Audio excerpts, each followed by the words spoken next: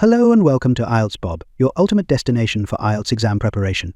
I'm Bob, your dedicated guide to mastering the IELTS and achieving your dreams of studying, working, or living abroad. Are you overwhelmed by endless IELTS practice materials online? Don't worry, IELTS Bob has you covered. Here you'll find top-quality practice tests and expert tips to sharpen your reading skills and boost your confidence for exam day.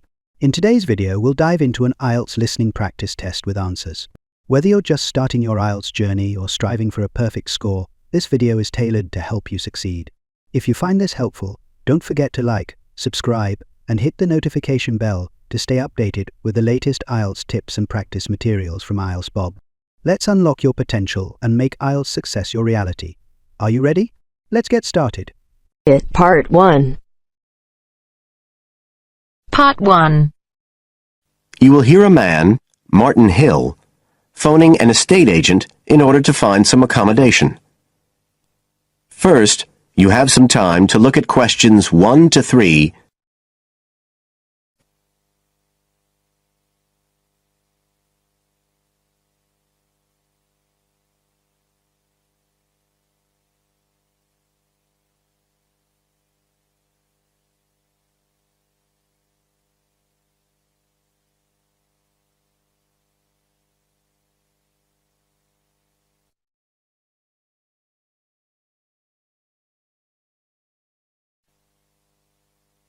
Now we shall begin.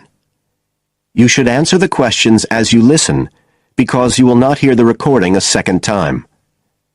Listen carefully and answer questions 1 to 3.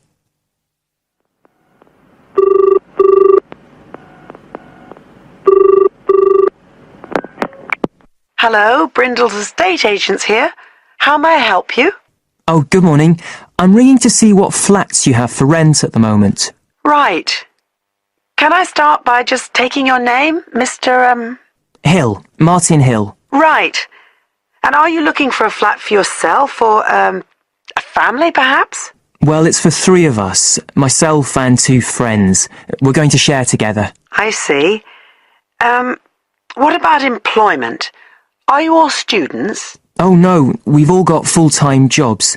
2 of us work in the central bank, that's Chris and me, and Phil, that's the other one, is working for Hallam Cars, you know, at the factory about 2 miles out of town. I'll put you down as young professionals then. And I suppose you'll be looking for somewhere with 3 bedrooms? Yeah, at least 3. But actually, we'd rather have a 4th room as well, if we can afford it. For friends staying over and stuff.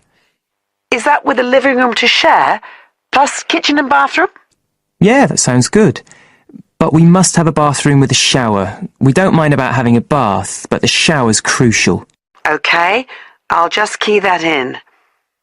And are you interested in any particular area?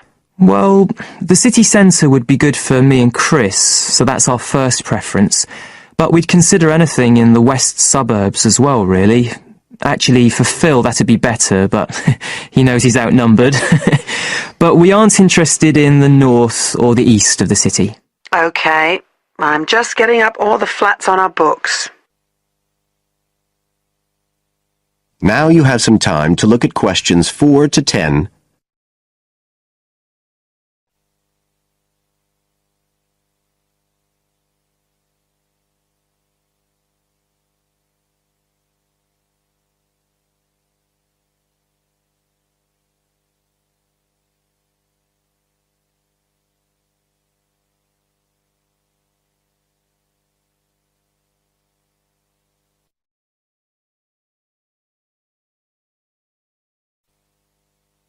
Now listen and answer questions 4 to 10.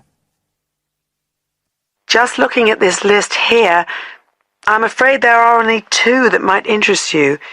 Do you want the details? Okay, let me just grab a pen and some paper. Fire away. This first one I'm looking at is in Bridge Street and very close to the bus station. It's not often that flats in that area come up for rent. This one's got 3 bedrooms, a bathroom and kitchen, of course, and a very big living room. That sounds a good size for you. So what about the rent? How much is it a month? The good news is that it's only £450 a month. Rents in that area usually reach up to $650 a month, but the landlord obviously wants to get a tenant quickly. Yeah, it sounds like a bit of a bargain. What about transport for Phil? Well, there'll be plenty of buses, so no problem for him to use public transport. But unfortunately there isn't a shower in the flat. And that location is likely to be noisy, of course. Okay, what about the other place? Let's see. Oh, yes. Well, this one is in a really nice location, on Hills Avenue. I'm sure you know it. This looks like something a bit special. It's got 4 big bedrooms and, there's a big living room. And, oh, this'll be good for you, a dining room. It sounds enormous, doesn't it? Yeah, it sounds great. That whole area is being developed, and the flat's very modern, which I'm sure you'll like. It's got good facilities, including your shower, and of course it's going to be quiet, especially compared with the other place. Better and better. But I'll bet it's expensive, especially if it's in that trendy area beside the park. I'm afraid so. They're asking £800 a month for it. Whoa, it sounds a lot more than we can afford. Well, maybe you could get somebody else to move in too. I'll tell you what, give me your address and I can send you all the details and photos, and you can see whether these two are worth a visit. Thanks, that would be really helpful. My address is flat 5.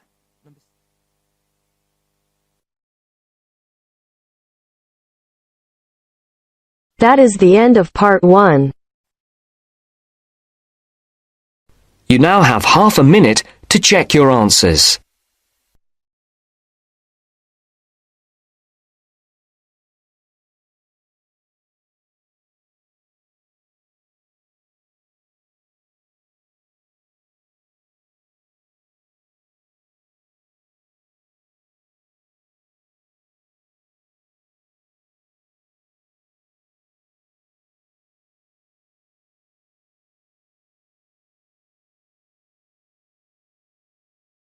Now turns to part 2. Part 2. You will hear a lecturer discussing the possibility of creating nuclear fusion. First, you have some time to look at questions 11 to 15.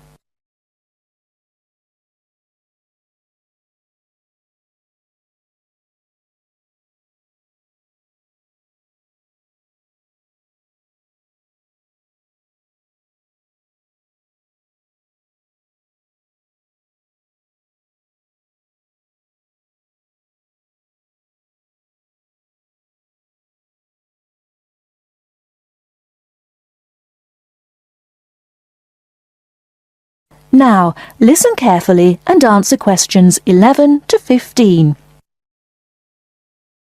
We look at the sun, a huge ball streaming out essentially limitless energy into space, and we think about how we need that energy here on Earth. Our oil reserves are running out, coal burning causes much pollution, and nuclear energy has many dangers. But where does the sun itself get its energy? The answer is that the sun makes it using fusion, or, more specifically, in a hydrogen fusion process.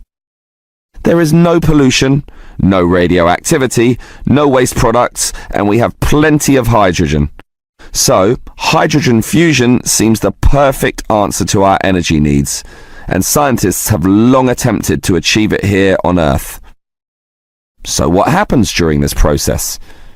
The first step is to make 2 light atomic particles approach. In the case of our sun, these are hydrogen particles, the lightest and also the easiest to deal with. However, the problem is that the nuclei of atoms have electric fields, and fusion between these particles is opposed by their similar electric charge. They most naturally repel each other, and the nuclei of all elements are exactly the same in this respect. Thus, in order to overcome this repulsion and force them together, in the second step, the particles are heated. The trouble is, you need a lot of heat, incredible temperatures of the sort only seen on the surface of the sun. This is many millions of degrees, far higher than the melting point of any known material. Still, the concept is simple. The hot, wildly moving particles, which are now called plasma, will crash into each other, resulting in the third step, the fusion into helium, which releases energy and begins a self-sustained process. Before you hear the rest of the talk, you have some time to look at questions 16 to 20.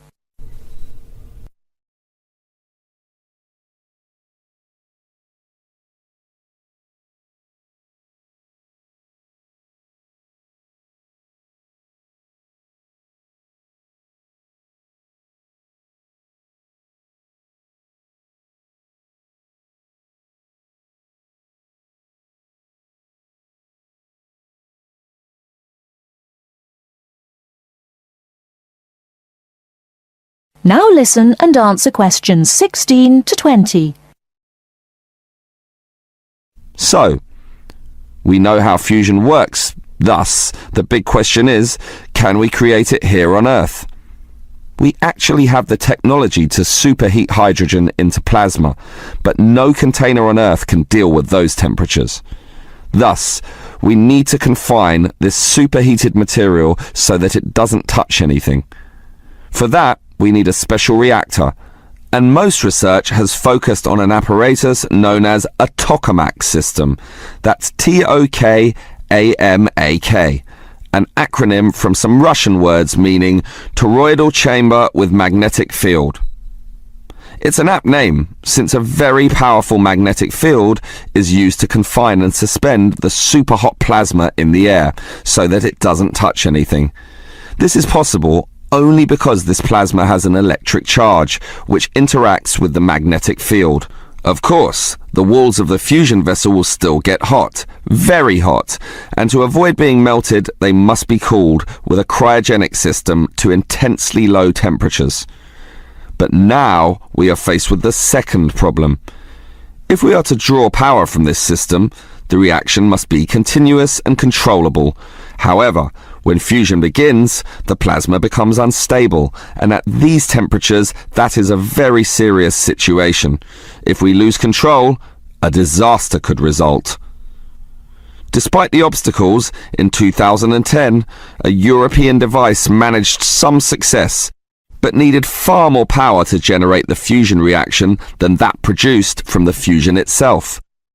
Obviously then, it was not useful as a power source.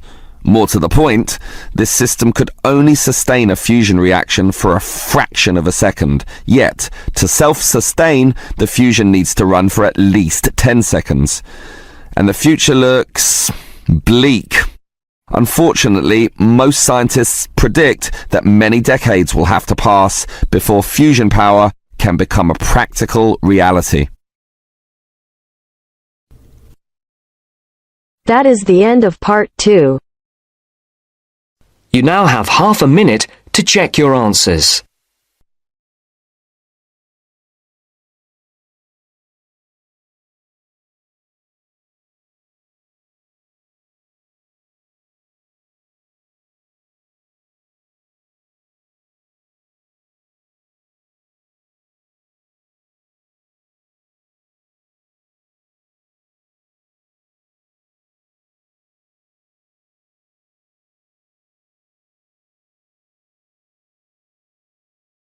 Now turns to part 3. Part 3. You will hear some students talking about their studies. First, you have some time to look at questions 21 to 24.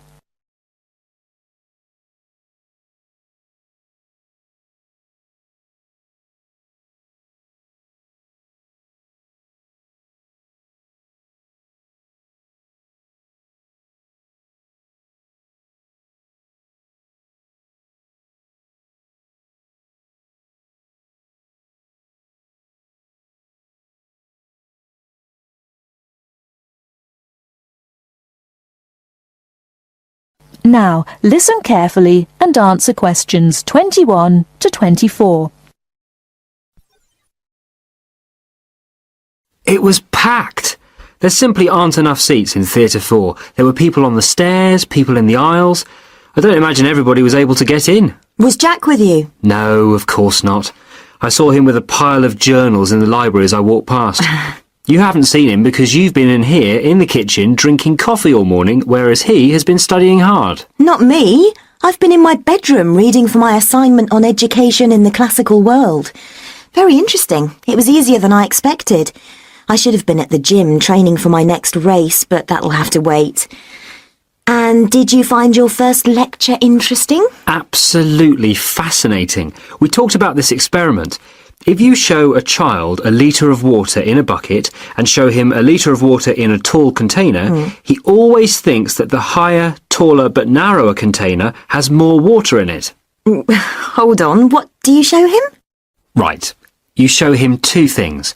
A bucket with a litre of water in it, and also a tall glass vase-like thing or any tall container. This also has a litre of water in it. Now, he will say that the tall thing has more in it than the short fat thing, that is, the bucket. And all children will say this, that is, up to about 5 years of age.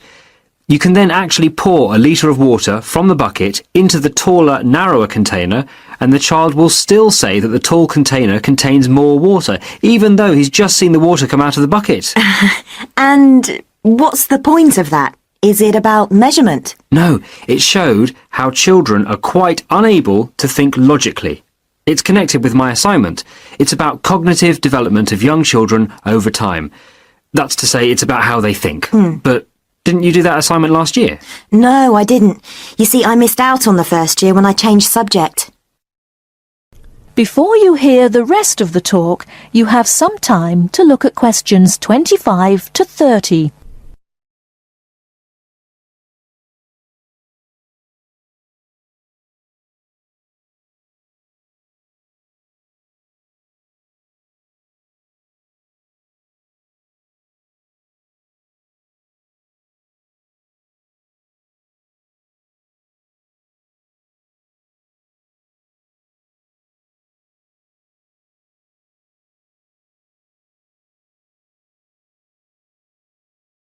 Now listen and answer questions 25 to 30. I started psychology in the second year, which is where I am now. Lucky you. I'm not so sure. I've missed out on a lot of the basic stuff like that, and I will have to catch up in my own time, so I'm relying on you. Oh yes, I remember. What did you study before you changed? I studied law. Why didn't you continue? I found some of the subjects interesting enough. In fact, the criminal area was fascinating in general. But a lot of the law is very technical. It's full of little details which can be very difficult to understand. And I've got a terrible memory too. I could never get all the rules and exceptions into my head. My number one hate really was international trade, which was a minefield of rules and exceptions. In fact, I think it was a complete nightmare. But law is such a popular subject. Lots of people would like to study it. I'm sure they would, but they often don't realise that it's very book-based. You spend most of your time reading about famous cases sitting in a stuffy library, and very occasionally you get out to a lecture or maybe a seminar. What do you find that's better about psychology? Most of all, I like the experimental psychology we have to study. This involves doing something, so it's practical, and with any luck you can make a small, very small, contribution to knowledge. And it is so useful in many careers, for example, business, commerce, education. Law is too, you know. Yes, but the training is so long. You have to spend at least another 2 years on a professional practice course before you can start working. No, I'm happy with psychology. Well, as a psychology student too, I must say I agree with absolutely everything you've said, of course. That is the end of part 3. You now have half a minute to check your answers.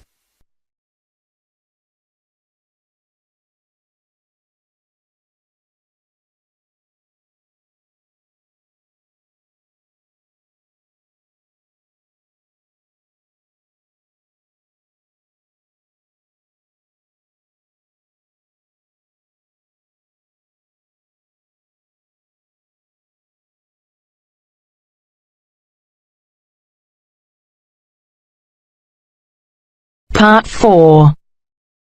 Going to hear a conversation between two students. They are talking about the English bars. As you listen, complete the notes below. First, you have some time to look at questions 31 to 40.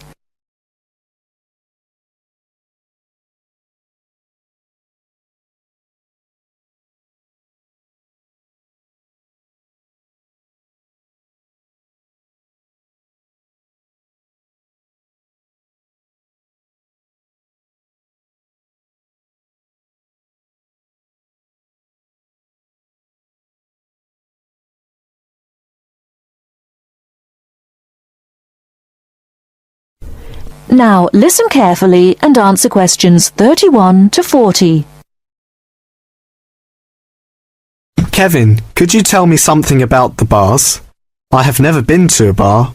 You see, Steve, my classmate, has invited me to go to a bar tonight. I see. You know, the word bar means a room in a pub. We say the bar when we mean the part of that room where drinks are kept. Soon after you go into the pub, you'll realize that nobody comes to the tables to take orders or money. Instead, customers go to the bar to buy their drinks. I see. People will go to the bar directly to get their drinks and don't wait for someone to come to take their orders. That's right. People don't queue at the bar, but they do wait till it's their turn. Oh, how do I pay? I mean, do I pay directly after I get the drink? Or do I have to wait till I'm ready to leave like I do in a restaurant? It's not the custom to pay for all your drinks when you're ready to leave. Instead, you pay at the bar each time you get drinks. It helps if you're ready to pay as soon as you're served, and you'll notice that many people wait with their money in their hands. I see. Do I have to give a tip? No, it's not the custom to give a tip. It's very common for friends to buy their drinks together in rounds. This means that each person takes a turn to buy drinks for everybody in the group. It's faster and easier, both for you and for the person serving, if drinks are bought in this way. Naturally, you don't have to have a drink in each round if you don't want one. That's interesting. When you're looking for somewhere to sit, remember that people have to leave their seats to get drinks, etc. So an empty seat may not in fact be available to you. If you're not sure whether a seat is free, ask someone sitting near it. When it's time for another drink, people usually take their glasses back to the bar to be filled again. If you're leaving, the friendly thing to do is to take your glasses back to the bar, thank the person who's been serving you, and say goodbye or goodnight. Thank you, Kevin. This helps me a lot. By the way, what kinds of drinks are available in pubs? Well, you can get both alcoholic and non-alcoholic.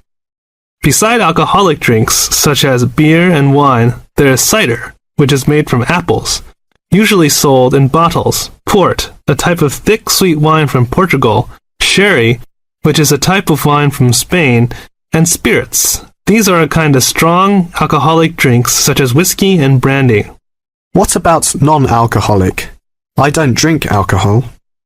Well, they offer all kinds of fruit juices, such as orange and tomato. These drinks are usually sold in small bottles. And soft drinks, we often call sweet drinks, like Coke and Fanta.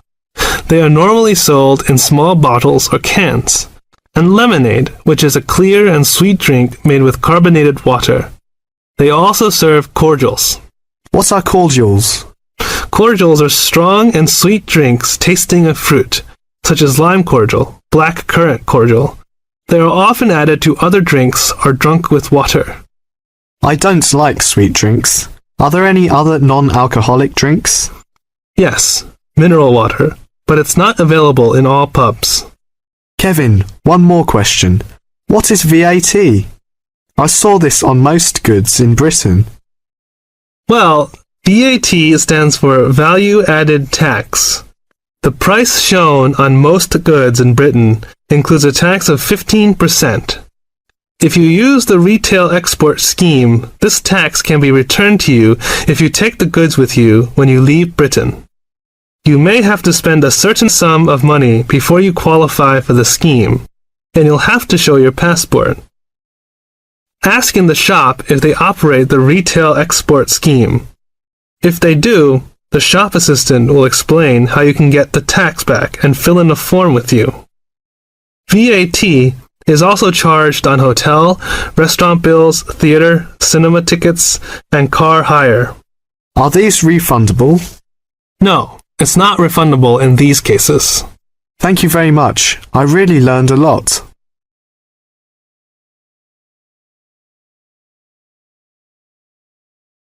That is the end of part 4. You now have half a minute to check your answers.